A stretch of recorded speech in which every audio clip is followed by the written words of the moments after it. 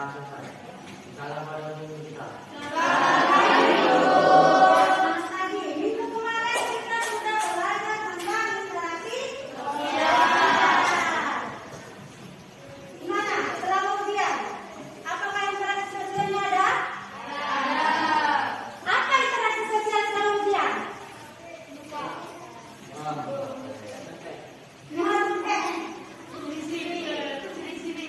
Ya kan? Setelah ujian interaksi sosial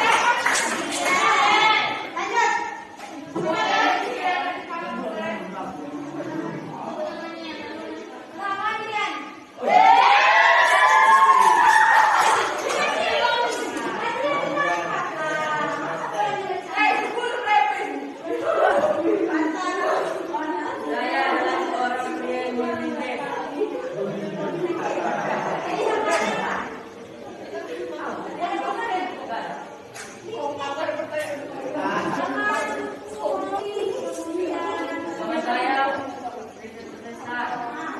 Saya kata Karo. Saya menjadi pro player. Pro player.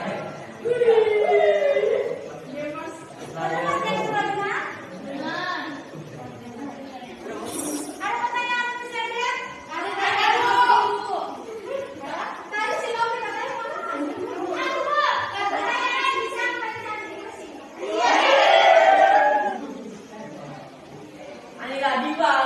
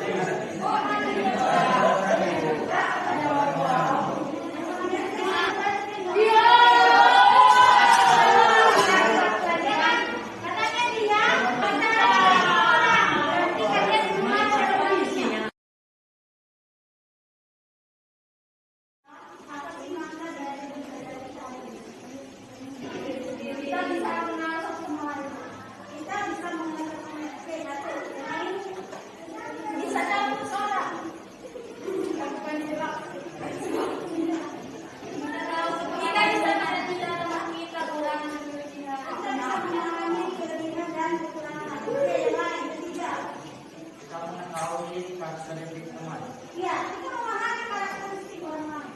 Kamu memahami dirimu sendiri. Paham dulu dirimu. Ketika kamu paham dirimu, jangan ada yang insecure. Ingat, nobody is perfect. Tidak ada manusia ya. Tidak ada manusia sempurna. Karena itu nanti kamu sempurna sama orang lain.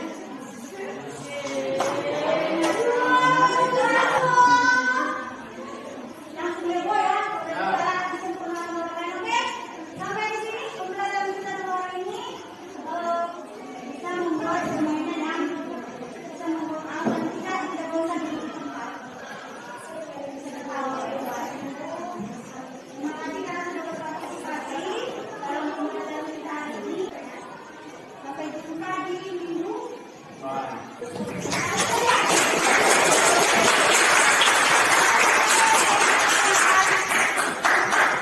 Strategi pembelajaran diferensiasi yang saya lakukan adalah strategi diferensiasi konten, strategi diferensiasi proses, dan strategi diferensiasi produk. Sedangkan pembelajaran KSE yang saya masukkan dalam RPP saya itu adalah pembelajaran KSE tentang kesadaran diri, bagaimana anak-anak mengenal diri dan fokus dalam melakukan sesuatu. Kemudian KSE yang kedua adalah kesadaran sosial, bagaimana anak-anak bisa melakukan komunikasi yang efektif melalui tanya jawab, kemudian bagaimana mereka bisa melakukan komunikasi yang efektif dengan melakukan presentasi tentang identitas diri maupun identitas sosial mereka masing-masing.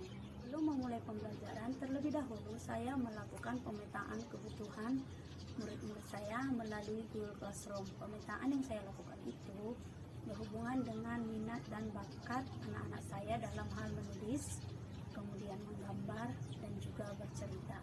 Sebelum masuk dalam pembelajaran di dalam kelas, saya sudah terlebih dahulu melakukan pemeriksaan rutin mengenai tugas dan tanggung jawab anak-anak dengan melakukan piket kelas. Kenapa saya melakukan pemeriksaan? Karena saya harus melihat bagaimana anak-anak melakukan tanggung jawab mereka terhadap keyakinan kelas yang sudah kami sepakati sebelumnya. Dalam praktek penerapannya di dalam ruangan, memang awalnya ruangan itu agak sedikit kacau karena memang kita harus memilih, kita harus mengkondisikan kelas supaya memang anak-anak itu bisa berdiri dan fokus untuk melakukan permainan. Namun dalam ketika sudah diberi penjelasan dan anak-anak sudah mengerti apa yang harus dilakukan, akhirnya pembelajaran juga berjalan dengan lancar. Anak-anak terlihat senang dan menikmati pembelajaran hari ini. Terbukti mereka bisa mempresentasikan dirinya dengan baik, mau bertanya kepada teman-teman yang lain dan mereka bisa menjawab, sertai dengan tawa dan canda.